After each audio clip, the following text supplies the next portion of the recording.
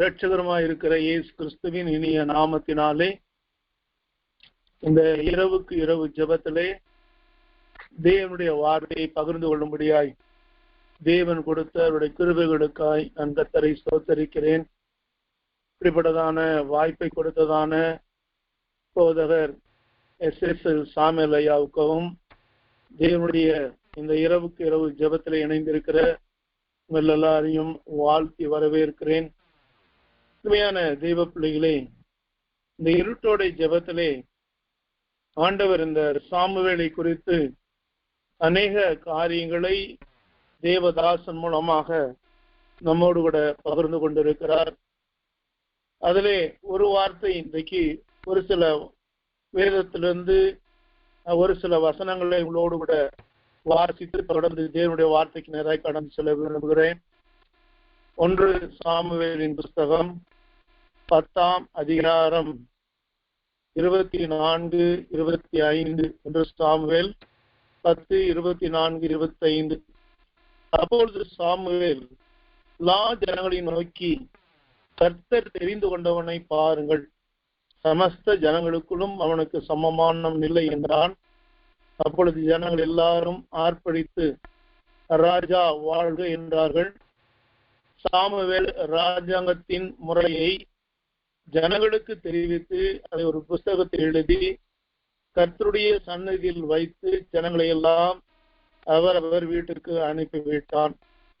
அருமையான தேவ பிள்ளைகளே, சாமுவேலுடைய வாழ்க்கையிலே கர்த்தர் பல தேவ திட்டங்களை நிறைவேற்றும்படியாய் கர்த்தர் சாமுவேலை தெரிந்து கொண்டு காரியங்களை செய்தார். இங்கே பார்க்கிறோம், ஜனங்கள் எல்லாரும் சாமுவேலிடத்திலே தங்களுக்கு ஒரு ராஜா வேண்டும் என்று கேட்ட பொழுது சாமுவேல் ஜெபித்து அங்கே அவர்களுக்கு ஒரு ராஜாவை அவர் காண்பிக்கிறார். வேதம் சொல்கிற 24ஆம் வசனத்தின் முதல் பகுதி, அப்பொழுது சாமுவேல் எல்லா ஜனங்களையும் நோக்கி, கர்த்தர் தெரிந்து கொண்டவனை பாருங்கள். அருமையான தெய்வ பிள்ளைகளே, பழைய ஏற்பாட்டு காலத்திலே தேவன் தம்முடைய திட்டங்களையும் நோக்கங்களையும் நிறைவேற்றுவதற்கு குறிப்பிட்ட காலங்களிலே குறிப்பிட்ட ஜனங்களை அவர் தெரிந்து கொண்டு, ராஜாக்களை தெரிந்து கொண்டு, ஜனங்களை தெரிந்து கொண்டு அவருடைய சித்தத்தை நிறைவேற்றினார் என்று சொல்லி நாம் பார்க்கிறோம். ஆனால் இந்த கடைசி காலத்திலே நின்று கொண்டிருக்கிற உங்களுக்கும் எனக்கும் தேவன் சொன்னதான காரியம் அல்லது தேவன் நம்மை செய்ய வேண்டிய காரியம் என்ன என்பதை வேதத்திலே வாசிக்கும் பொழுது யோவான் எழுதின சுவிசேஷம் 15ஆம் அதிகாரம், யோவான் எழுதின சுவிசேஷம் 15ஆம் அதிகாரம் 16ஆம் வசனம் வீதமாய் சொல்லப்படுகிறது. யோவான் 15ஆம் அதிகாரம் 16ஆம் வசனம், நீங்கள் என்னை தெரிந்து கொள்ளவில்லை, நான் உங்களை தெரிந்து கொண்டேன். நீங்கள் என் நாமத்தினாலே பிதாவை கேட்டுக்கொள்வது எதுவோ அதை அவர் உங்களுக்கு கொடுக்கத்தக்கதாக நீங்கள் போய் கனி கொடுக்கும்படிக்கும் உங்கள் கனி நிலைத்திருக்கும்படிக்கும் நான் உங்களை ஏற்படுத்தினேன். அருமையான தேவ பிள்ளைகளே, அன்றைக்கு கர்த்தர் சாமுவேலை கொண்டு சவுலை ஒரு முக்கியமான ராஜாவாய் ஏற்படுத்தி தேவ திட்டத்தை நிறைவேற்றும்படியாய் இந்த சவுலின் கையிலே சில காரியங்களை கொடுத்தார்.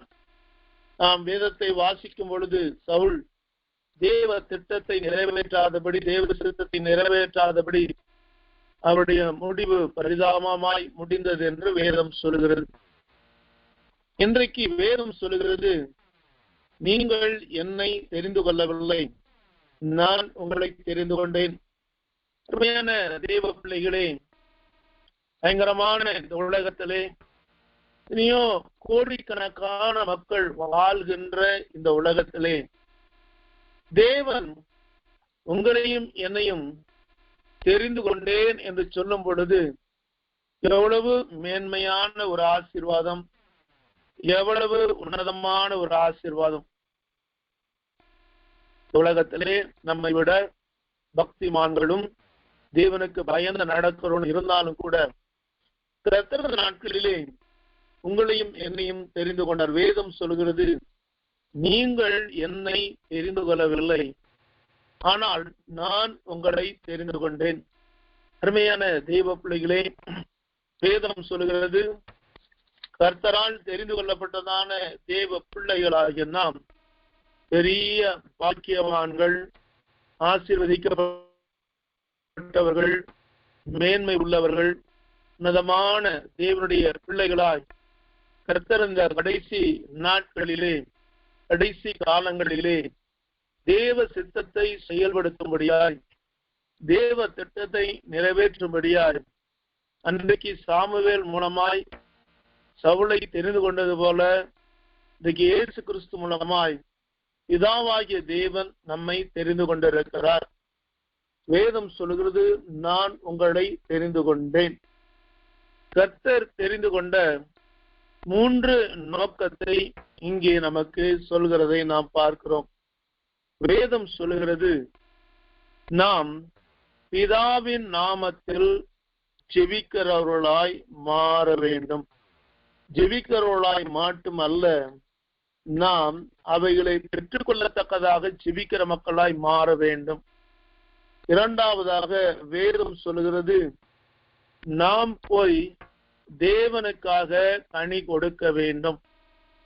மூன்றாவதாக தேவன் நம்மிடத்தில் சொல்லுகிற ஒரு காரியம், உங்கள் கனி நிலைத்திருக்கும்படி நான் உங்களை ஏற்படுத்தினேன்.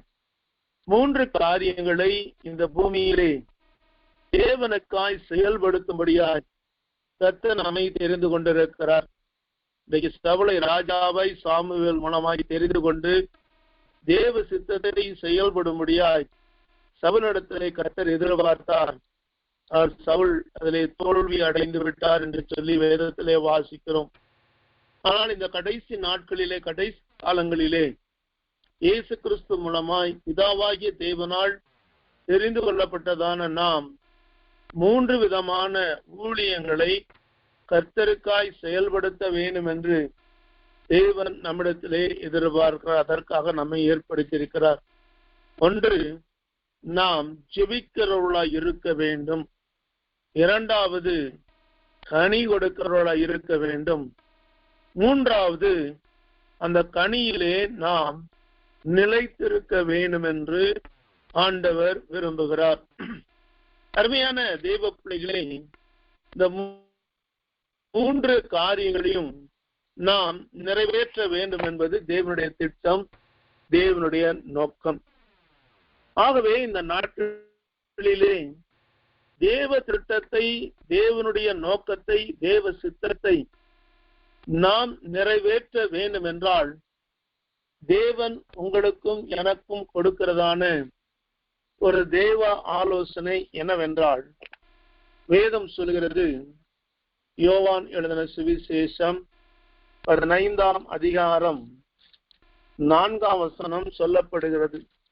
யோவான் 14:4, என்னில் நிலைத்திருங்கள், நானும் உங்களில் நிலைத்திருப்பேன். கொடியானது திராட்சை செடியில் நிலைத்திராவிட்டால் அது தானாய் கனி கொடுக்க மாட்டாதது போல நீங்களும் என்னில் நிலைத்திராவிட்டால் கனி கொடுக்க மாட்டீர்கள். அருமையான தேவ பிள்ளைகளே, தேவன் தெளிவாய் சொல்லுகிறார், உங்கள் கனிகளிலே நிலைத்திருக்கும்படியாய் உங்களை ஏற்படுத்தினேன். தேவ திட்டம் நம்மிலே நிறைவேறும் என்றால் தேவன் கொடுக்கிற ஒரு ஆலோசனை என்ன என்றால், என்னில் நிலைத்திருங்கள், நானும் உங்களில் நிலைத்திருப்பேன். கொடியானது திராட்சை செடியில் நிலைத்திராவிட்டால் அது தானாய் கனி கொடுக்க மாட்டாதது போல நீங்களும் என்னில் நிலைத்திராவிட்டால் கனி கொடுக்க மாட்டீர்கள். ஆண்டவர் இந்த கனி கொடுக்கிறதான அனுபவம் எப்படி ஒரு தேவ பிள்ளைக்கு ஏற்பட முடியும், எப்படி தேவன் அதை ஏற்படுத்தியிருக்கிறார் என்று நாம் விளங்கிக் கொள்ளும்படியாய் ரொம்ப அழகாக தேவன் அதில் எழுதுகிறார். அவர் எழுதுகிறார், என்னில் நிலைத்திருங்கள், நானும் உங்களில் நிலைத்திருப்பேன். நாம் ஏன் நிலைத்திருக்க வேண்டும் என்றால், நீங்கள் என்னில் நிலைத்திராவிட்டால் அது தானாய் கனி கொடுக்க மாட்டாதது போல, நீங்களும் என்னில் நிலைத்திராவிட்டால் கனி கொடுக்க மாட்டீர்கள். அதோடு மட்டுமல்லாமல் ஆண்டவர் சொல்கிற காரியம் 5ஆம் வசனம், நானே திராட்சை செடி, நீங்கள் கொடிகள். ஒருவன் என்னிலும் நான் அவனிலும் நிலைத்திருந்தால் அவன் மிகுந்த கனிகளை கொடுப்பான். என்னை அல்லாமல் உங்களால் ஒன்றும் செய்யக்கூடாது. ஆகவே ஆண்டவர் தெளிவாய் சொல்கிறார், தேவ பிள்ளைகளாகிய நாம் தேவனிலே நிலைத்திருக்கும்படியாய் அவரிலே நிலைத்திருந்து கனி கொடுக்கிறது மட்டுமல்லாமல் நாம் அதிக கனிகளை கொடுக்க வேண்டும். மிகுந்த கனிகளை கொடுப்பான். நாம் தேவனில் நிலைத்திருந்தால், ஒருவன் என்னிலும் நான் அவனில் நிலைத்திருந்தால் மிகுந்த கனிகளை கொடுப்பான். அருமையான தேவ பிள்ளைகளே, சில காரியங்களை நாம் யோசித்து பார்க்க வேண்டிய நிலைமையில இருக்கிறோம். நம்முடைய இருதயத்தின் ஆழத்திலிருந்து ஆண்டவருக்கு கோடி கோடியாய் நன்றி செலுத்த வேண்டிய சூழ்நிலையில நின்று கொண்டிருக்கிறோம். ஏனென்றால் நாம் எப்படிப்பட்டவர்கள், தேவன் எப்படிப்பட்டவர் என்பதை முதலாவது நீங்களும் நானும் அறிந்து கொள்ள வேண்டும். வேதம் சொல்லுகிறது, நாம் மண்ணினாலே உருவாக்கப்பட்ட மண்ணானவருடைய சாயலாய் நாம் இருக்கிறோம். ஆண்டவரோ விண்ணவர் சாயலிலே உருவாக்கப்பட்டு அவர் விண்ணவர் சாயலிலே நிலைத்து நிற்கிறார் என்று சொல்லி வேதம் சொல்கிறது. ஆண்டவருடைய ஆசை, ஆண்டவருடைய விருப்பம், நீங்களும் நானும் இந்த பூமியிலே ஏதோ ஒரு சாதாரண ஒரு மனிதனாய், சாதாரண மற்றவர்களை போல வாழ்ந்து நாம் மரித்து அடக்கம் பண்ணப்பட்டு போவதற்கோ அல்லது தேவனால் நியமிக்கப்பட்ட பரலோக போவதற்கோ ஆண்டவருடைய விருப்பம் அல்ல. ஆண்டவர் தெளிவாய் சொல்கிறார், நீங்கள் என்னில் நிலைத்திருங்கள், நானும் உங்களில் நிலைத்திருப்பேன். நான் உங்களில் நிலைத்திருப்பதினாலே நீங்கள் கனி கொடுப்பீர்கள், மிகுந்த கனிகளை கொடுப்பீர்கள். ஆகவே இந்த நாட்களிலே கிறிஸ்தவ வாழ்க்கை என்பது வெறுமையான வாழ்க்கை அல்ல, அது தேவனுக்காக மிகுந்த கனி தருகிறதான ஒரு வாழ்க்கை என்று சொல்லி வேதம் சொல்கிறது. ஆகவே இந்த கனிகளை கொடுக்கத்தக்கதாக ஆண்டவர் உங்களுக்கும் எனக்கும் எத்தனையோ கிருபையான காரியங்களை நமக்கு கொடுத்து வருகிறார். அவர் வானத்தையும் பூமியும் உண்டாக்கின தேவன் ஒன்றுமில்லாத சாதாரண மண்ணான மனிதர்களாகிய நம்மோடு கூட நித்தியமாய் வாழ்கிறதான, நித்தியமாய் நம்மோடு கூட இருக்கும்படியாய் அவர் நம்மை தெரிந்து கொண்டு நாம் அவரிலே நிலைத்திருக்க வேண்டும் என்று ஆண்டவர் மிகுந்த எச்சரிப்போடு, மிகுந்த ஆசையோடு கூட, மிகுந்த ஆவலோடு கூட உங்களிடத்திலும் என்னிடத்திலும் எதிர்பார்க்கிறார். அதோடு மட்டுமல்லாமல் ஆண்டவர் சொல்கிறார், நீங்களும் நானும் மிகுந்த கனிகளை கொடுக்கும்படியாய் கர்த்தர் 2 காரியங்களை செய்கிறார். ஒன்று, கர்த்தராகிய நான் அதை காப்பாற்றுவேன், அடிக்கடி அதற்கு தண்ணீர் பாய்ச்சி ஒருவரும் அதை சேதப்படுத்தாதபடிக்கு அதை இரவும் பகலும் காத்துக் கொள்வேன். ஏசாயா 27ஆம் அதிகாரம் 3ஆம் வசனத்திலே கர்த்தர் நாம் அதிக கனிகளை கொடுக்கும்படியாய் தேவன் ஏற்படுத்தி வைத்திருக்கிற தேவனுடைய காரியங்களை இங்கே தேவன் சொல்லுகிறதை நாம் பார்க்கிறோம். கர்த்தராகிய நான் அதை காப்பாற்றுவேன். அருமையான தேவ பிள்ளைகளே, ஆகவேதான் தாவீது கூட தன்னுடைய 121ஆம் சங்கீதத்திலே சொன்னார், என் போக்கையும் என் வரத்தையும் இது முதல் கொண்டு என்னென்னைக்கும் காக்கிற தேவன். ஒருவேளை தாவீதுடைய வாழ்க்கையிலே பார்க்கும் பொழுது பயங்கரமான மரணத்துக்கு ஏதுவான சம்பவங்கள் இருந்தது. அவன் இவ்விதமா எழுதினான், எனக்கும் மரணத்துக்கும் ஒரு அடி தூரம் தான் இருக்கிறது என்று தன்னுடைய நண்பனாகிய யோனத்தானிடத்தை கூறியதாக வேதம் சொல்கிறது. ஆனால் ஒன்று நிச்சயம், இந்த தாவீதை தேவனுக்காக கனி கொடுக்கும்படியாய் தெரிந்து கொண்ட தேவன் சவுலினாலே அவன் மடிந்து போகாதபடிக்கு கர்த்தர் தாவீதை என்ன செய்தார் என்று சொன்னார், நான் அதை காப்பாற்றி. இன்றைக்கு கூட அருமையான தெய்வ பிள்ளைகளே, ஒரு பயங்கரமான உலகத்திலே வாழ்ந்து கொண்டிருக்கிறோம். ஆனால் ஆண்டவர் நமக்கு கொடுக்கிறதான அவருடைய வார்த்தை, நீங்கள் என்னில் நிலைத்திருங்கள், நானும் உங்களில் நிலைத்திருப்பேன். நீங்கள் என்னில் நிலைத்திருந்தால் அணி கொடுப்பீர்கள், நிலைத்திராவிட்டால் அணி கொடுக்க மாட்டீர் என்று சொல்கிறார். ஆகவே இந்த நாட்களிலே தேவனோடு கூட நின்று கனி கொடுக்கும்படியாய் கர்த்தர் நம்மை அழைத்திருக்கிறார். நாம் நிலைத்திருந்து கனி கொடுக்க வேண்டும். ஏதோ ஒரு குறிப்பிட்ட காலம் மட்டும் நின்று கனி கொடுப்பது அல்ல. வேதம் சொல்கிறது, 92ஆம் சங்கீதத்திலே வாசித்து பார்த்தீர்களானால், நீதிமானை குறித்து சொல்லப்படும் பொழுது அவன் முதிர் வயதிலும் கனி தந்து பசுமையும் செழுமையுமாய் இருப்பான் என்று வேதம் சொல்கிறது. ஆகவே இந்த நாட்களிலே தேவனுக்காய் கனி கொடுக்கும்படியாய் கர்த்தர் செய்கிறதான காரியம் என்ன என்றால், கர்த்தராகிய நான் அதை காப்பாற்றுவேன். தேவ பிள்ளைகளை, இவ்வுலகத்திலே தலைவர்களை பாதுகாப்ப எத்தனையோ விதமான படைகள் இருக்கிறது. கருப்பு படை என்கிறார்கள், பூனை படை என்கிறார்கள், ஏதோ படைகளை சொல்கிறார்கள். ஆனால் ஒன்று மறந்து விடாதீர்கள், நீங்களும் நானும் ஆண்டவர்களே நிலைத்திருந்து நாம் கனி கொடுக்கப்பட வேண்டும் என்பதற்காகவே ஆண்டவரே நம்மை காப்பாற்றுகிறாராய் வேதம் சொல்கிறது. 91ஆம் சங்கீதத்திலே வாசிக்கும் பொழுது சொல்லப்படுகிறது, உன் பாதம் கல்லில் இடராதபடிக்கு உன்னை காக்கும்படியாய் தேவன் தம்முடைய தூதர்களுக்கு கட்டளையிடுவார். ஒருவேளை இன்றைக்கு நீங்கள் ஜீவனோடு சுகத்தோடு பலத்தோடு ஆரோக்கியத்தோடு இருப்பதற்கு காரணம் கர்த்தருடைய பாதுகாப்பின் கரம். கர்த்தர் உங்களை காப்பாற்றி இதுவரைக்கும் வேதம் சொல்லுகிறது அடிக்கடி அதற்கு தண்ணீர் பாய்ச்சிற தேவனாயிருக்கிறார். அல்லேலூயா.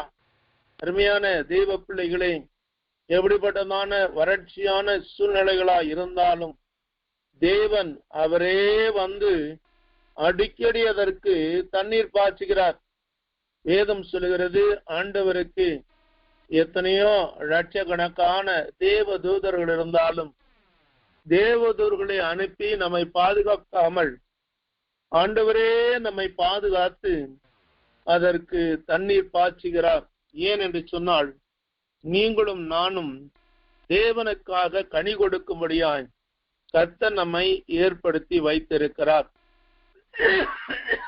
ஆகவே தேவன் ஏற்படுத்தி வைத்த தேவ நோக்கத்தை நீங்களும் நானும் நிறைவேற்ற வேண்டும் என்றால் கர்த்தர் சொல்கிறார், நான் அதை காப்பாற்றி தண்ணீர் பாய்ச்சி ஒருவரும் அதை சேதப்படுத்தாதபடிக்கு அதை இரவும் பகலும் பாதுகாத்துக் கொள்வேன், இரவும் பகலும் காத்துக் கொள்வேன். அருமையான தெய்வ பிள்ளைகளே, ஒருவேளை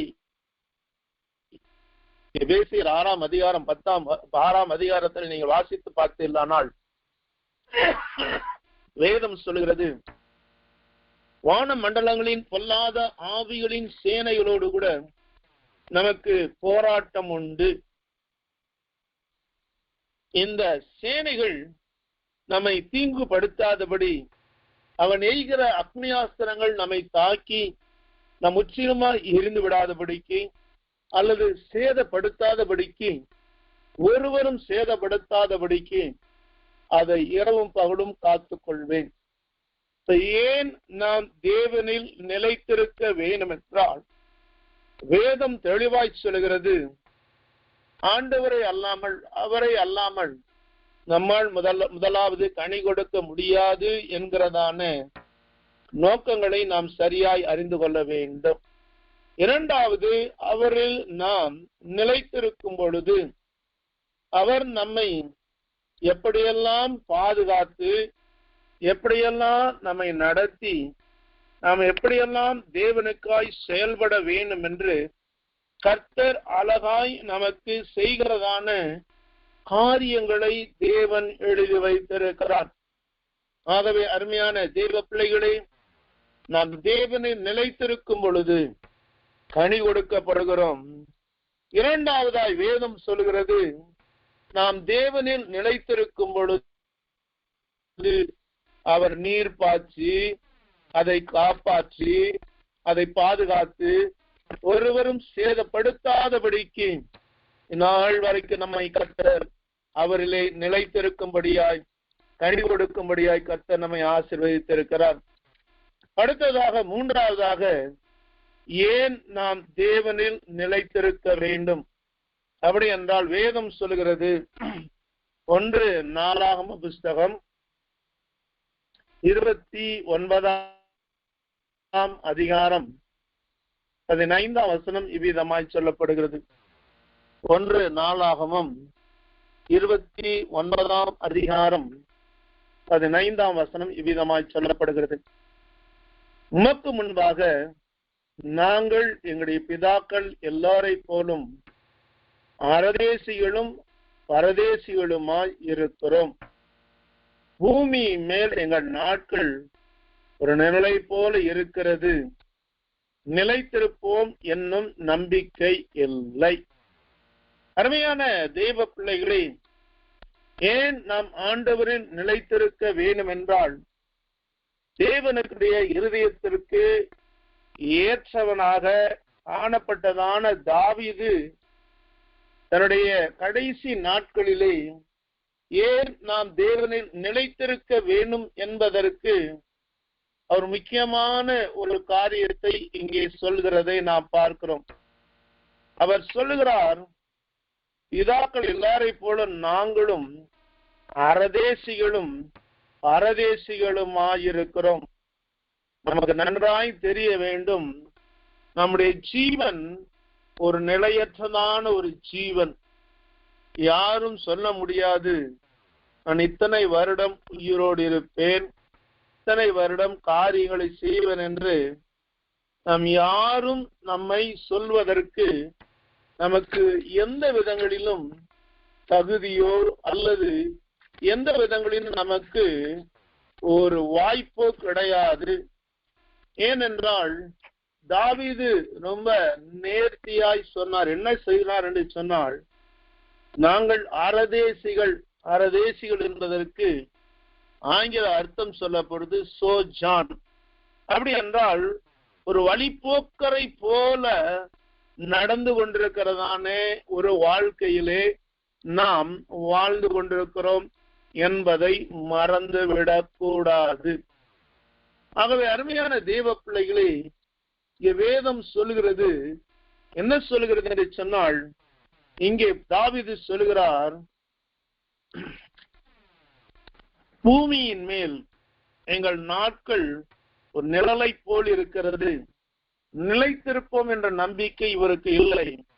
ஆகவேதான் ஆண்டவர் சொன்னார், என்னில் நிலைத்திருங்கள், நீங்கள் இருக்கிற காலங்கள் வரைக்கும் தேவனுக்கு கனி கொடுக்கிற ஒரு அற்புதமான ஆசீர்வாதமான வாழ்க்கையை கர்த்தர் நமக்கு தருகிறவராய் இருக்கிறார். ஏனென்றால் பூமியின் மேலே நம்முடைய நாட்கள் ஒரு நிழலை போல இருக்கிறது. என்னைக்கு எதுவரைக்கும் நான் நிலைத்திருப்போம் என்று நம்பிக்கை இல்லை. அது ஆண்டவர் சொன்னார், நீங்கள் என்னில் நிலைத்திருங்கள், நான் உங்களில் நிலைத்திருந்து நீங்கள் கனிகளை கொடுக்கும்படியாய் ஏற்படுத்தினேன் என்று சொல்லி. ஆகவே அருமையான தேவ பிள்ளைகளே, நம் ஆண்டவரின் நிலைத்திருக்க வேண்டும் என்றால் முதலாவது நம் ஆண்டவரோடு கூட நிலைத்திருக்கிற ஒரு அனுபவத்தை பெற்றுக்கொள்ள வேண்டும். இரண்டாவது, நாம் பார்த்தபடி வேதத்திலே நாம் வாசித்தபடி நாம் தேவனிலே நிலைத்திருந்து நாம் கனி கொடுக்கும்படியாய் தேவன் நம்மை இரவும் பகலும் இந்நாள் வரைக்கும் பாதுகாத்து வந்ததினாலே நாம் ஜீவனோடு சுகத்தோடு பலத்தோடு இருந்து கர்த்தருக்கு நாம் நிலைத்திருந்து கனி கொடுக்கிறதான ஒரு அனுபவத்தை கர்த்தர் தருகிறார். மூன்றாவதாக நாம் ஏன் நிலைத்திருக்க வேண்டும் என்றால், வேதம் தெளிவாய் சொல்கிறது, இந்த பூமியிலே நாம் அரதேசிகளும் பரதேசிகளுமாய் இருக்கிறோம். இந்த பூமியிலே நம்முடைய நாட்கள் எல்லாம் நிழலை போல இருக்கிறது. எவ்வளவு நாள் நிலைத்திருப்போம் என்கிறதான ஒரு நம்பிக்கை இல்லாவிட்டாலும் ஆண்டவர் சொன்னார், உங்கள் இருதயம் கலங்காதிருப்பதாக, என்னிடத்தில் விசுவாசமாயிருங்கள், தேவனிடத்தில் விசுவாசமாயிருங்கள் என்று சொல்லி நாம் தேவனிலே நிலைத்திருந்து நம்முடைய விசுவாச ஓட்டத்தை அரதேசிகளும் பரதேசிகளுமாய் இருக்கிற நாம் நிழலை போல இருக்கிற அந்த வாழ்க்கையிலே இயேசுவோடு நிலைத்திருந்து கனி கொடுக்கிறதான ஒரு மேன்மையான ஆசீர்வாதத்தை, மகிமையான ஆசீர்வாதத்தை தேவன் உங்களுக்கும் எனக்கும் கொடுக்கும்படியாய் நம்மை ஏற்படுத்தி இருக்கிறார். ஏனென்றால் யோபு நம்முடைய வாழ்க்கையை குறித்து அவர் ஒரு வேதத்திலே ஒரு காரியம் எழுதப்பட்டிருக்கிறது. யோபுவின் புஸ்தகம் 34 அதிகாரம் 14 விதமாய் சொல்லப்படுகிறது.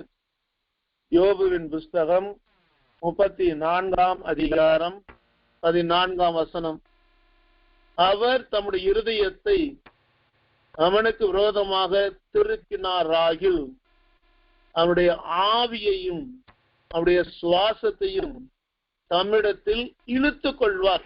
நல்லா கவனிங்க, வேதம் சொல்கிறது, நாம் தேவனிலே நிலைத்திருப்பதனாலதான் தேவனுடைய இருதயம் நமக்கு விரோதமாய் இராதபடிக்கு தேவன் நம்முடைய ஆவியையும் சுவாசத்தையும் இழுத்து கொள்ளாதபடி இந்நாள் வரைக்கும் ஜீவனோடு கொடுத்திருக்கிறார். நாம் மிகுந்த நன்றியுள்ளவர்களாய் இருக்க வேண்டும். ஏனென்றால் யோபு திரும்ப சொல்ற 34:14 அவர் தம்முடைய இருதயத்தை அவனுக்கு விரோதமாய் திருப்பினாராகில், எப்படிப்பட்ட மனிதனாய் இருந்தாலும், அவன் எப்படிப்பட்ட வல்லமை உள்ளவனாய் இருந்தாலும், எப்படிப்பட்டதான மேன்மை உள்ளவனாய் இருந்தாலும், உயர்வுள்ளவனாய் இருந்தாலும், அசைக்க முடியாத நம்பிக்கை உள்ளவனாய் இருந்தாலும், ஆண்டு வேதம் யோபு எழுதி வைத்திருக்கிறார், தேவன் தம்முடைய இருதயத்தை அவனுக்கு விரோதமாக திருப்பினானால் அடுத்த நிமிடமே அவனுடைய ஆவியையும் அவனுடைய சுவாசத்தையும் தமிழிடத்திலே இழுத்து கொள்வார். அப்படியே மாம்சமான யாவும் ஏகமாய் ஜீவித்து போம், மனுஷன் தூளுக்கு திரும்புவான். உமக்கு உணர்விருந்தால் இதை கேளும், என் வார்த்தைகளின் சத்தத்திற்கு செவி கொடும். ஆகவே அருமையான தேவ பிள்ளைகளே, இன்றைக்கு மாம்சமான யாவும் ஏகமாய் ஜீவித்து போகும். இன்னைக்கு கர்த்தர் நீங்களும் நானும் அவரிலே நிலைத்திருப்பதினாலே ஆண்டவர் மாம்சமான நம்மை ஜீவனோடு வைத்திருக்கிறார். இல்லை என்றால் என்றைக்கோ நமக்கு மரணம் சம்பவித்து நாம் இந்த மண்ணோடு மண்ணாய் மனுஷன் தூளுக்கு திரும்புவான் என்ற வார்த்தையின்படியாய் கடந்து போக வேண்டியதான ஒரு சூழ்நிலை நடந்திருக்கும். ஏனென்றால் அருமையான தேவ பிள்ளைகளை, நாட்களிலே தேவனுடைய வார்த்தைகளை பகிர்ந்து கொண்டிருக்கிற என்னால் தெளிவாய் சொல்ல முடியும். 3 முறை மரணத்துக்கு நேரான காரியங்கள் வந்தது. நான் ஆண்டவர் என் மேல வைத்த அவருடைய கிருபையினாலே, என்னை தேவன் பாதுகாக்க வேண்டும் என்று வைத்த அவருடைய திட்டத்தினாலே ஜீவனை கொடுத்து, சுவாசத்தை கொடுத்து, ஆவியை கொடுத்து, ஒரு உணர்வுள்ள இருதயத்தை கொடுத்து, என்னாலும் ஆண்டவரை துதிக்கத்தக்கதாய், ஆண்டவரை ஸ்தோத்தரிக்கத்தக்கதாய், ஆண்டவரை மகிமைப்படுத்தத்தக்கதாய் கர்த்தரின் நாள் வரைக்கும் ஏந்தி சுமந்து தப்பிவித்து காத்து வருகிறார். அருமையான தேவ பிள்ளையே, வேதம் சொல்லுவது அப்படியே மாம்சமான யாவும் ஏகமாய் ஜீவித்து போம், மனுஷன் தூளுக்கு திரும்புவான். உமக்கு உணர்வு இருந்தால் இதை கேளும், என் வார்த்தைகளின் சத்தத்துக்கு. அருமையான தேவ பிள்ளையே, ஏன் ஆண்டவரிலே நாம் நிலைத்திருக்க வேண்டும் என்று இங்கே யோபு சொல்கிற ஒரு சத்தியத்தை நான் உங்களுக்கு சொல்லட்டும். நமக்கு ஒரு உணர்வு வேண்டும். ஒவ்வொரு நாளும் நாம் காலையிலே எழுந்திருக்கும் பொழுது ஒவ்வொரு வேலைகளை செய்யும் பொழுது ஒரு நாளும் உங்களை குறித்து பெருமை பாராட்டாதிருங்கள். உங்களை குறித்து பெரிய காரியங்களை நினைக்க வேண்டாம். ஒவ்வொரு சூழ்நிலையிலும் உங்களுக்கு ஒரு உணர்வு இருக்க வேண்டும். என் வார்த்தைக்கு செவிகொடும். கர்த்தர் எனக்கு ஜீவனை கொடுத்திருக்கிறார். கர்த்தர் எனக்கு என்ன செய்திருக்கிறார்? ஜீவனை கொடுத்து அவரிலே நிலைத்திருந்து அவருக்காய் கனி கொடுக்கத்தக்கதான ஒரு பெரிய பாக்கியத்தை இந்த உலகத்திலே வைத்திருப்பதினாலே இன்னும் கர்த்தர் எனக்கு ஜீவனையும் சுகத்தையும் பலத்தையும் கொடுத்து சுவாசத்தை கொடுத்து எனக்கு அதோ ஆவியை கொடுத்து இந்நாள் வரைக்கும் நடத்தி கொண்டிருக்கிறார் என்கிறதான ஒரு நல்ல ஒரு உணர்வுள்ள இருதயம் வேண்டும். அருமையான தெய்வ பிள்ளைகளை, இன்னைக்கு அநேகர் கர்த்தர் அவர்களுக்கு கொடுத்திருக்கிறதான மேன்மையான ஜீவியத்தையும் கர்த்தர் கொடுத்திருக்கிறதான நல்ல ஆவியையும் சுவாசத்தையும் குறித்து உணர்வில்லாதவர்களாய் மனம் போல வாழ்ந்து கொண்டிருக்கிறார்கள். நினைத்ததை சாதிக்க வேண்டும் நினைத்து கொண்டிருக்கிறார்கள். நான் உங்களுக்கு சொல்லட்டும், நீங்கள் கர்த்தரிலே நிலைத்திருப்பதினாலே, கர்த்தர் உங்களிலே நிலைத்திருப்பதினாலே இந்நாள் வரைக்கும் உங்களுடைய ஜீவன் கர்த்தருடைய பார்வையிலே அருமையா இருப்பதினாலே, கர்த்தருடைய பார்வையிலே விடையேற பெற்றதா இருப்பதினாலே, அருமையான தெய்வ பிள்ளைகளை, இங்கே தாவீது சொன்னது போல அரதேசிகளும் பரதேசிகளுமாய் ஒரு நிழலை போல நாம் வாழ்ந்து கொண்டிருந்தாலும் கர்த்தரிலே நாம் ஏன் நிலைத்திருக்க வேண்டும் என்றால், கர்த்தர் உங்கள் மேல ஏன் மேல ஒரு பெரிய கிருபையை பாராட்டி இந்நாள் வரைக்கும் ஜீவனோடு சுகத்தோடு பலத்தோடு கூட தேவனுக்காக வாழும்படியான ஒரு வாழ்க்கையை நமக்கு கொடுத்திருக்கிறார். ஆகவே ஏன் தேவனை நிலைத்திருக்க வேண்டும் என்றால், முதலாவது அவரில் நிலைத்திருந்தால் நாம் கனி கொடுக்க முடியும். நம்மால் கனி கொடுக்க முடியாது. அவரில் நிலைத்திருக்கும் பொழுது தேவன் நம்மை ஏற்படுத்தினதான தெரிந்து கொண்டதான நோக்கம் கனி கொடுக்க வேண்டும். இந்த கனி கொடுக்க வேண்டும் என்றால் முதலாவது தேவனில் நிலைத்திருக்க வேண்டும். இரண்டாவது, தேவன் நம்மை ஒவ்வொரு நாளும் ஏந்தி சுமந்து தப்புவித்து நம்மை பாதுகாத்து வருகிறார்.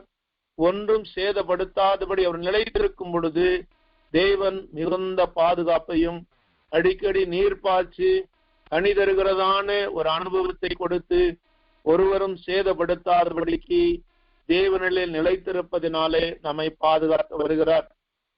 மூன்றாவது, அருமையான தேவ பிள்ளைகளே, தேவனில் நாம் நிலைத்திருப்பதினாலே இந்த அரதேசிகளும் பரதேசிகளுமாய் இருக்கிறதான இந்த பூமியின் நாட்களிலே, நிழலுக்கு ஒத்தாய் இருக்கிறதான நாட்களிலே கர்த்தரிலே நிலைத்திருப்பதினாலே கர்த்தர் ஜீவனையும் சுவாசத்தையும் கொடுத்து இந்நாள் வரைக்கும் கர்த்தரிலே நிலைத்திருக்கும்படியாய் கனி கொடுக்கும்படியாய் கர்த்தர் நமக்கு கிருபை கொடுத்திருக்கிறார். நான்காவதாக, நாம் ஏன் தேவனில் நிலைத்திருக்க வேண்டும் என்றால், வேதத்திலே ஒரு பகுதியை நான் வாசித்து காண்பிக்க விரும்புகிறேன். தானியேல் தீர்க்கதரிசியின் புஸ்தகம் 6ஆம் அதிகாரம் 26ஆம் வசனத்தை நான் வாசிக்கிறேன். தானியேல் தீர்க்கதரிசியின் புஸ்தகம் 6ஆம் அதிகாரம் 26ஆம் வசனத்தை உங்களுக்காக வாசிக்கிறேன்.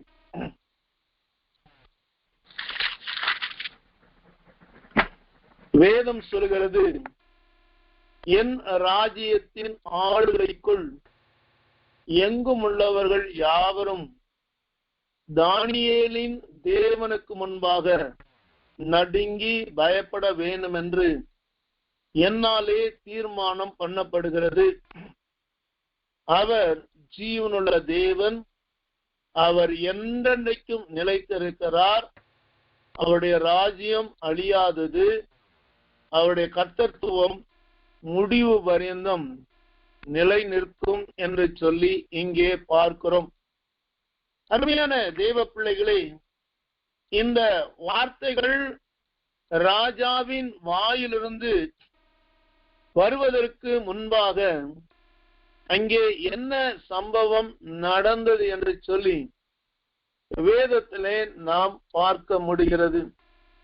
என என்றால், இந்த பெர்ஷியாவின் ராஜா தரியு ராஜா ஒரு காரியத்தை செய்கிறார். என்ன செய்கிறார் என்று சொன்னால், தன்னை தவிர யாரும் பிற தெய்வங்களை ஆராதிக்க கூடாது, அவைகளுக்கு ஜெபிக்க கூடாது, அவைகளை நமஸ்கரிக்கவும் கூடாது, விண்ணப்பம் பண்ணக்கூடாது என்று சொல்லி ராஜா அங்கே ஒரு பெரிய கட்டளை கொடுக்கிறதை நாம் பார்க்கிறோம். இந்த கட்டளையானது தானியேலுக்கு விரோதமாக தான் செய்யப்பட்டது என்பதை அங்கே நாம் பார்க்கிறோம். இந்த 6ஆம் அதிகாரம் 4ஆம் வசனத்திலே தெளிவாய் சொல்லப்படுகிறது. தானியேலை எப்படியாவது கவிழ்க்க வேண்டும், தானியேலுக்கு சேதத்தை உருவாக்கி தானியேல் இருக்கிறதான பதவிகளிலிருந்து தானியேலை தள்ளிவிட வேண்டும் என்று ஒரு பெரிய கூட்டமானது அங்கே தானியேலுக்கு விரோதமாக செயல்பட்டு கொண்டிருக்கிறதை நாம் பார்க்கிறோம். 120 தேசத்தின் அதிபதிகளும் தானியேலை எப்படியாவது மடக்க வேண்டும் என்று அவர்கள் நினைத்துக் கொண்டிருந்தார்கள். வேதம் சொல்லுகிறது, பிரதானிகளும் தேசாதிபதிகளும் 6ஆம் அதிகாரம் 4ஆம் வசனம், தேசாதிபதியும் ராஜ்யத்தின் விஷயத்திலே தானியேலை குற்றப்படுத்தும்படி முகாந்தாரம் தேடினார்கள். ஆனாலும் ஒரு முகாந்தரத்தையும் குற்றத்தையும் கண்டுபிடிக்க அவர்களால் கூடாதிருந்தது. அவன் உண்மை உள்ளவனாய் இருந்தபடியினால் அவன் மேல் சுமத்த யாதொரு குற்றத்தையும் குறைவையும் காண. அருமையான தேவ பிள்ளைகளை, இந்த தானியேல் தேவனிலே நிலைத்திருந்தார், தேவனுக்குள்ளா இருந்தார். நான் சொன்னேன், ஒரு மனிதன் தேவனுக்குள்ளா இருக்கும் பொழுது கர்த்தர் அவனை பாதுகாத்து அடிக்கடி நீர் பாய்ச்சி ஒருவரும் சேதப்படுத்தாதபடிக்கு அதை காக்கிற தேவன் நிலைத்திருக்கும் பொழுது, இங்கே தானியேலுக்கு ஒரு பெரிய ஆபத்து வருகிறது. ஆனால் தானியேல் கர்த்தரிலே நிலைத்திருந்தார் என்று சொல்லி நாம் வேதத்திலே வாசிக்கிறோம். ஏனென்றால் 6ஆம் அதிகாரம் 10ஆம் வசனத்தை நாம் பார்க்கும் பொழுது, தரியு ராஜா அதிலே கையெழுத்து போட்டு விட்டார் என்று தானியேலுக்கு நன்றாய் தெரியும். அதே நேரத்திலே இந்த சங்கதி ஒருவேளை தான் ஜெபிப்பது ராஜாவுக்கு தெரியுமானால் அடுத்த நிமிடமே நமக்கு சிங்ககவிதான் உண்டு என்று சொல்லி தானியேலுக்கு தெரிந்திருந்தது. அருமையான தெய்வ பிள்ளைகளே, ஒருவன் கர்த்தரில் நிலைத்திருக்கும் பொழுது கர்த்தர் எப்படியாய் அந்த மனிதனை பாதுகாக்கிறார், சேதப்படுத்தாதபடி நடத்துகிறார் என்பதற்கு இங்கே தானியேல் பெரிய ஒரு உதாரணமாய் நமக்கு கொடுக்கப்படுகிறது. வேதம் சொல்கிறது, தானியேல் 6ஆம் அதிகாரம் 10ஆம் வசனம், தானியேலோ வென்றால் அந்த பத்திரத்துக்கு கையெழுத்து வைக்கப்பட்டதென்று அறிந்த போதிலும் தன் வீட்டிற்குள்ளே போய் தன் மேல் அறையிலே எருசலேமுக்கு நேராக பலகணிகள் திறந்திருக்க அங்கே தான் முன் செய்து வந்தபடியே தினமும் 3 வேளையும் தன் தேவனுக்கு முன்பாக முழங்கால் படியிட்டு ஜெபம் பண்ணி ஸ்தோத்திரம் செலுத்தினான். அல்லேலூயா. அருமையான தேவ பிள்ளைகளே, இதுதான் கர்த்தரில் நிலைத்திருக்கிறது என்றால் என்ன? ஆபத்தை பார்த்தோ அல்லது தனக்கு ஏதாவது நஷ்டம் வந்துவிடும் என்றோ பார்த்தோ அல்லது நமக்கு ராஜா அந்த வேலை வாய்ப்பு போய்விடும் என்றோ அல்லது ராஜா மற்றவர்கள் காட்டி கொடுத்து நாம் சிங்கக்கவிலே போய் மறைத்து விடுவோம் என்றோ தாவீது தானியேல் ஒரு நாளும் கவலைப்பட்டதாக தெரியவில்லை. ஆனால் தானியேலுக்குள்ளாய் ஒரு ஆசை இருந்தது, ஒரு உணர்வு இருந்தது. தனக்கு கொடுக்கப்பட்டதான ஜீவன் தேவனாலே கொடுக்கப்பட்டதான ஒரு ஜீவன். அடிமையா இருந்த என்னை தேவன் இவ்வளவாய் உயர்த்தி என்னை அவருடைய ஆவியை கொடுத்து அவருடைய அபிஷேகத்தை கொடுத்து என்னை நடத்தி இருக்கிறார் என்று இந்த தானியேல் தேவனிலே நிலைத்திருந்தார்.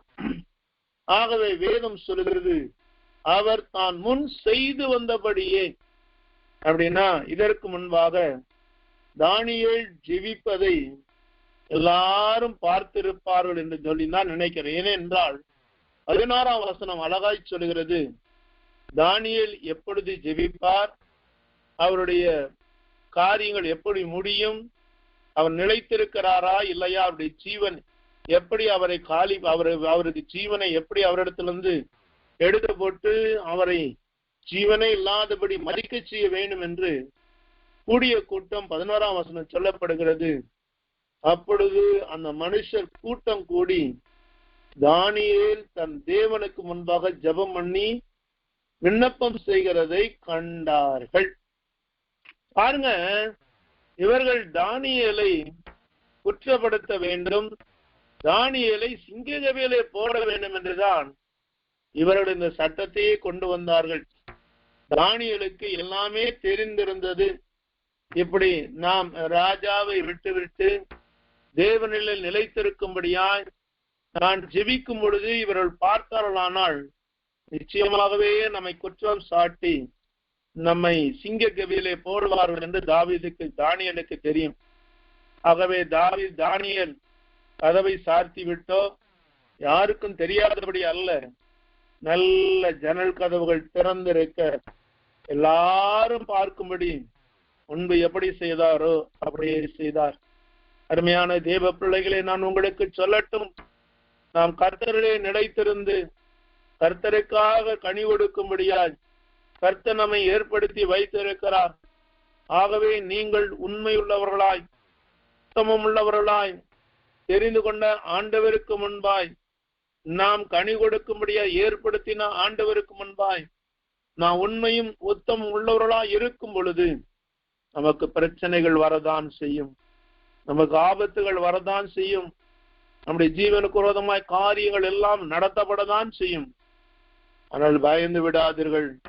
வேதம் சொல்லுகிறது, நீங்கள் கர்த்தரில் நிலைத்திருந்து கனி கொடுக்க வேண்டும் என்று உங்கள் மேலே தேவ திட்டம் இருக்குமானால் எத்தனைதான் மனிதர்கள் எதை செய்தாலும் அல்லது ராஜாவே வேறு வழி இல்லாதபடி தானியேலை சிங்க கவியிலே போட்டாலும் தானியேல் கர்த்தருக்குள்ளாய் நிலைத்திருந்ததினாலே தேவன் ஒரு தூதனை அனுப்பி சிங்கங்களின் வாய்களை கட்டி போட்டார் என்று சொல்லப்படுது. அருமையான தேவ பிள்ளையே, இந்த இரவுக்கு வந்திருக்கிற உங்களை பார்த்து ஆண்டவர் சொல்கிறார், உங்களை தெரிந்து கொண்ட ஆண்டவர், உங்களை முன்குறித்த ஆண்டவர், நீங்கள் ஜெபித்து ஜெயம் பெற வேண்டும் என்று வைத்திருக்கிற ஆண்டவர், அவருக்காக நின்று கனி கொடுக்க வேண்டும் என்று உங்களை ஏற்படுத்தி வைத்திருக்கிற ஆண்டவர் ஒரு நாளும் மனிதர்களாலும் அல்லது யாராலும் சேதப்படுத்தாதபடிக்கு உங்களை காப்பாற்றி நீர் பாய்ச்சி கொண்டிருக்கிற தேவன். நீங்கள் பரதேசிகளும் மரதேசிகளுமா இருக்கிறீர்கள், நிழலை போல இருக்கிறீர்கள் என்று தேவன் அறிந்தாலும் அவர் உங்களுக்கு ஜீவனின் சுகத்தையும் கொடுத்து அவருக்காய் நாம் கனி கொடுக்கும் பொழுது, அவர் கர்த்தர் ஏற்படுத்தி தெரிந்து கொண்ட நோக்கத்தை நிறைவேற்ற நாம் முயற்சி செய்யும் பொழுது பாடுகள் வரதான் செய்யும், போராட்டங்கள் வரதான் செய்யும், சிங்ககவிகள் வரதான் செய்யும். அதற்காக தேவனால் தெரிந்து கொள்ளப்பட்ட நோக்கத்தை ஒரு நாள் விட்டு பின் வாங்குகிறதான அனுபவம் ஒருவருக்காய் வரக்கூடாது. மரணமே வந்தாலும் நம்முடைய வாழ்க்கை தேவன் கையிலே இருக்கிறது என்பதை நாம் மறந்து விடவே கூடாது. ஆகவே அருமையான தேவ பிள்ளைகளே, நிழலை போல வாழ்ந்து கொண்டிருக்கிற புல்லை போல காலையிலே மடந்து மாலையிலே மறைந்து போகிற பிள்ளை போல வாழ்ந்து கொண்டிருக்கிற நாம், நம்மை ஏற்படுத்தின தெரிந்து கொண்ட ஆண்டவர் நம்ம எதற்காக நிலைத்திருக்கும்படியாய் சொல்லி இருக்கிறார் என்கிறதான தேவனுடைய வார்த்தைகளை ஒரு நாள் மறந்து போய்விடக் கூடாது. ஆகவே இங்கே நாம் பார்க்கிறோம், தானியேலை அவர்கள் எப்படியாவது இந்த சிங்க கவியிலே போட்டு தானியேலுக்கு ஒரு மரணத்தை உண்டாக்க வேண்டும் என்று ஒரு திலகூட்டமான மக்கள் இருந்தார்கள். அவர்கள் போய் ராஜாவிடத்திலே சொன்னார்கள்.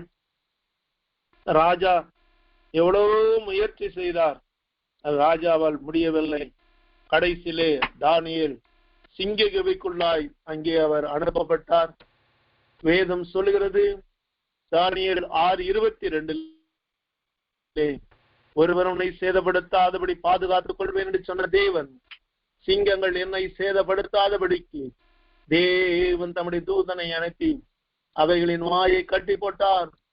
அது என்னவென்றால், அவருக்கு முன்பாக நான் குற்றமற்றவனாய் காணப்பட்டேன், ராஜாவாகிய உமக்கு முன்பாகவும் நான் நீதிக்கேடு செய்தது. அருமையான தெய்வ பிள்ளைகளே, நீங்கள் கர்த்தரிலே நிலைத்திருக்கும் பொழுது கர்த்தர் உங்கள் ஆவிக்குரிய வாழ்க்கையை பாதுகாத்து ஒரு குற்றமும் இல்லாதபடி, நீதிகள் இல்லாதபடி ஒரு பரிசுத்தமான வாழ்க்கையை கர்த்தர் நமக்கு தருகிறவராய் இருக்கிறார்.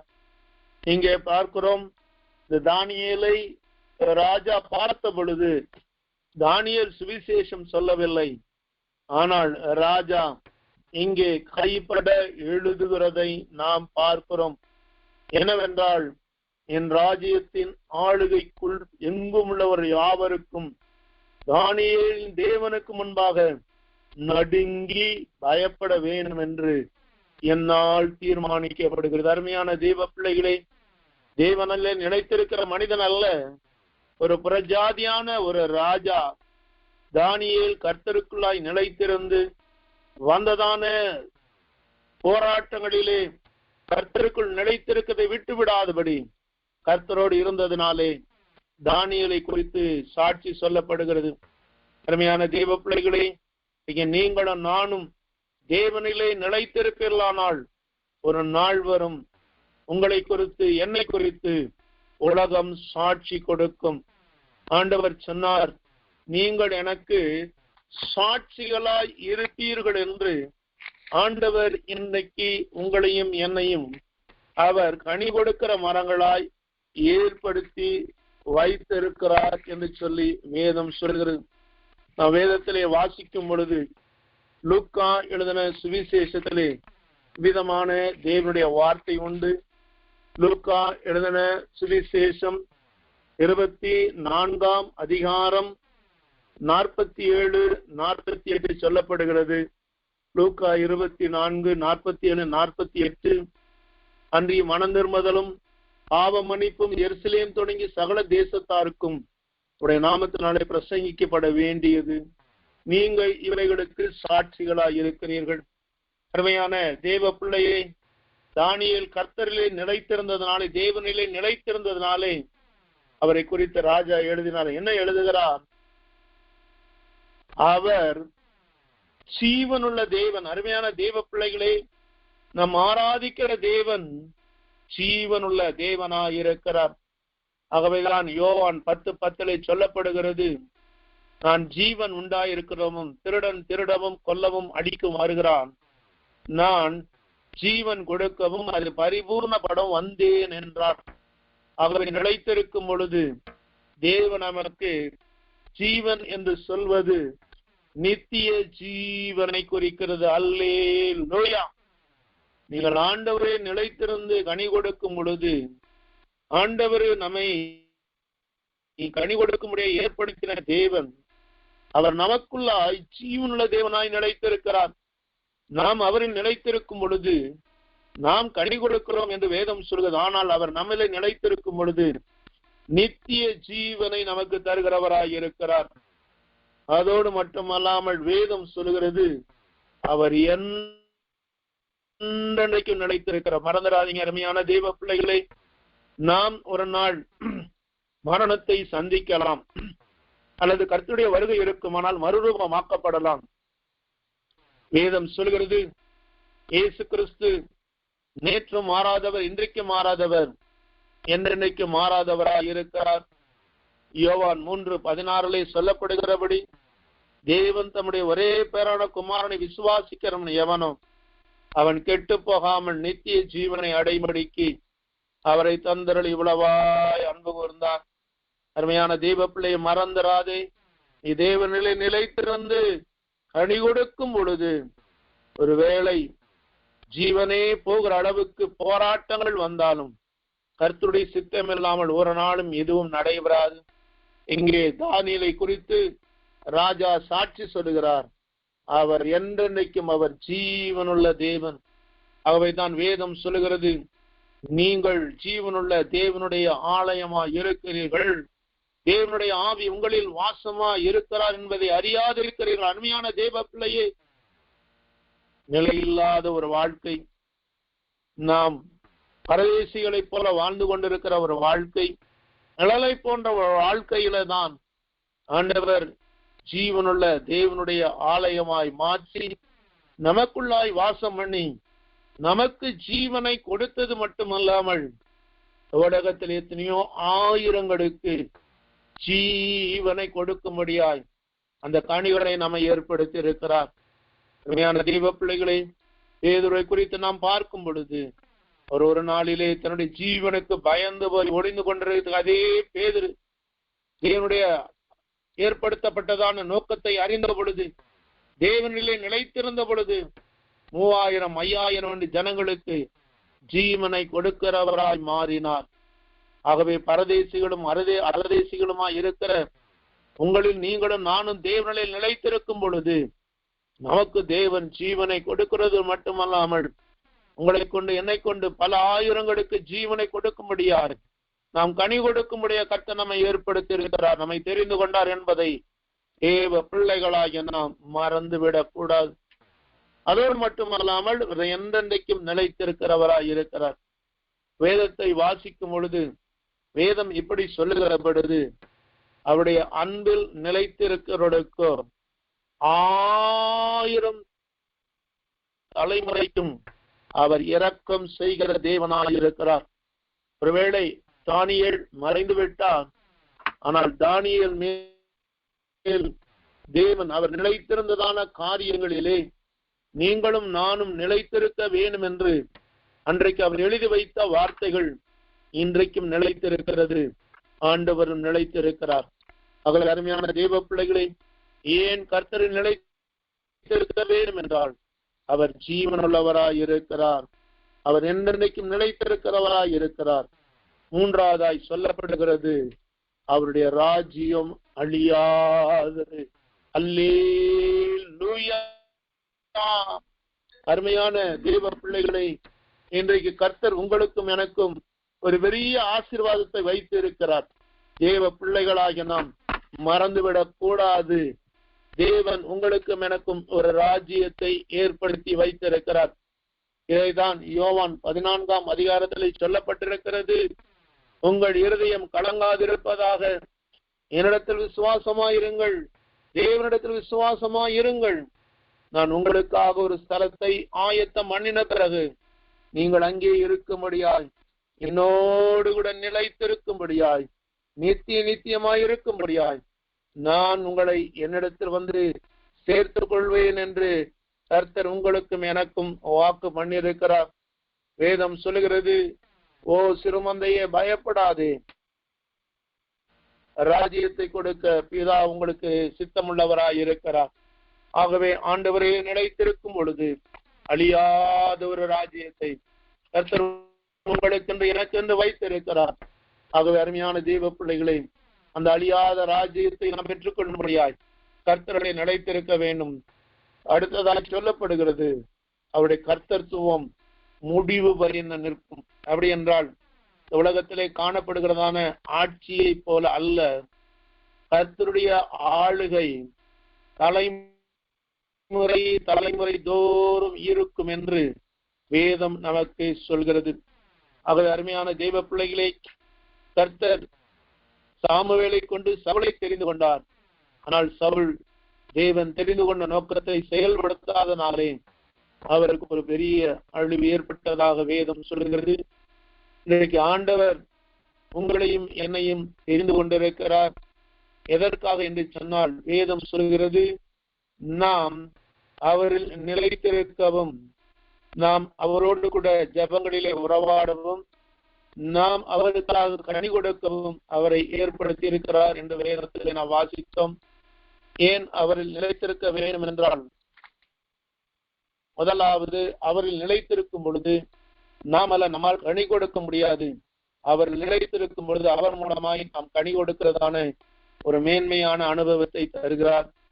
இரண்டாவது, அவரிலே நிலைத்திருக்கும் பொழுது நம்மை காப்பாற்றி நீர் பாய்ச்சி வேலி அடைத்து ஒருவரும் சேதப்படுத்தாதபடிக்கு நம்மை பாதுகாக்கிறவராய் இருக்கிறார். ஆகவே தேவனில் நிலைத்திருக்க வேண்டும். மூன்றாவது, ஏன் தேவனில் நிலைத்திருக்க வேண்டும் என்றால், தாவீது சொன்னது போல நாம் பரதேசிகளும் போல ஒரு நிச்சயமில்லாத வாழ்க்கையிலே வாழ்ந்து கொண்டிருக்கிறோம். நிலைத்திருப்போம் என்ற ஒரு நம்பிக்கை இல்லாத ஒரு சூழ்நிலையில் இருக்கிறோம். யோபுவிலே சொல்லப்பட்டபடி ஆண்டவர் நம்முடைய இருதயத்திலே யோசிப்பாரானால் நம்முடைய ஆவியையும் நம்முடைய ஜீவனையும் அவரால் எடுத்துக்கொள்ள முடியும். ஆனால் இதுவரைக்கும் கர்த்தர் நமக்கு ஜீவனை கொடுத்து ஒரு உணர்வோடு கூட நாம் கர்த்தரில் நிலைத்திருக்க வேண்டும் என்று, கர்த்தருக்கு செவி கொடுக்க வேண்டும் என்று அந்த யோபுவிலே நாம் பார்த்ததான வார்த்தை சொல்லப்படுகிறது. கடைசியாக 5வது காரியமா பார்த்தோம். தானியேலுடைய வாழ்க்கையிலே கர்த்தரிலே நிலைத்திருந்த பொழுது ஒரு பயங்கரமான மரணத்துக்கு ஏதுவான சூழ்நிலைகள் வந்தது. ஆனால் நடந்தது என்ன என்று சொன்னால், அந்த மரணம் அந்த 120 நாடுகளுக்கும் தானியேலின் தேவனை குறித்து ராஜாவே சாட்சி சொல்லி அனுப்புகிறதான ஒரு சூழ்நிலை உண்டானது. இந்த ராஜா ஒருவேளை தேவனை அறியாத ராஜாவா இருந்தாலும் தானியேல் கர்த்தருக்குள்ளாய் நிலைத்து இருந்ததுனாலே 4 விதமான காரியங்களை சொன்னார். அவர் ஜீவனுள்ள தேவன், அவர் என்றென்றைக்கும் நிலைத்திருக்கிறவர், அவருடைய ராஜ்யம் அழியாதது, அவருடைய கர்த்தத்துவம் முடிவு வரையும் நிற்கும். அருமையான தெய்வ பிள்ளைகளே, இந்த அழிந்து போகிற உலகத்திலே வாழ்ந்து கொண்டிருக்கிற நாம் கர்த்தரிலே நிலைத்திருக்கும்படியாக கர்த்தர் நம்மை ஏற்படுத்தி இருக்கிறார். ஆகவே இந்த நாட்களிலே தேவ பிள்ளைகளாகிய நாம் அதிகமாய் கர்த்தரிலே நிலைத்திருந்து அவரோடு ஜெபத்திலே உறவாடி அவரோடு கூட நாம் நிலைத்திருந்து தேவன் எதிர்பார்க்கிறதான பணி கொடுக்கிறதான ஒரு வாழ்க்கையை வாழ கர்த்தருக்குள்ளாய் நாம் வாழ்ந்து வேதம் சொல்லுகிற நிலைத்திருந்து தானியேல் தீர்க்கதரிசி புஸ்தகத்தில் சொல்லப்பட்டதான இந்த 4 விதமான ஆசீர்வாதங்களை பெற்று என்றென்றைக்கும் கர்த்தரோடு வாழ்கிறதான ஒரு மகா பெரிய வாழ்க்கையை கர்த்தர் உங்களுக்கும் எனக்கும் தரும்படியால் தேவ சமூகத்தில் ஒப்பு கொடுத்து ஆண்டவரை நோக்கி நாம் பார்க்கலாமா? எல்லாரும் நம்முடைய கண்களை மூடி தேவனை நோக்கி நாம் பார்க்கலாம்.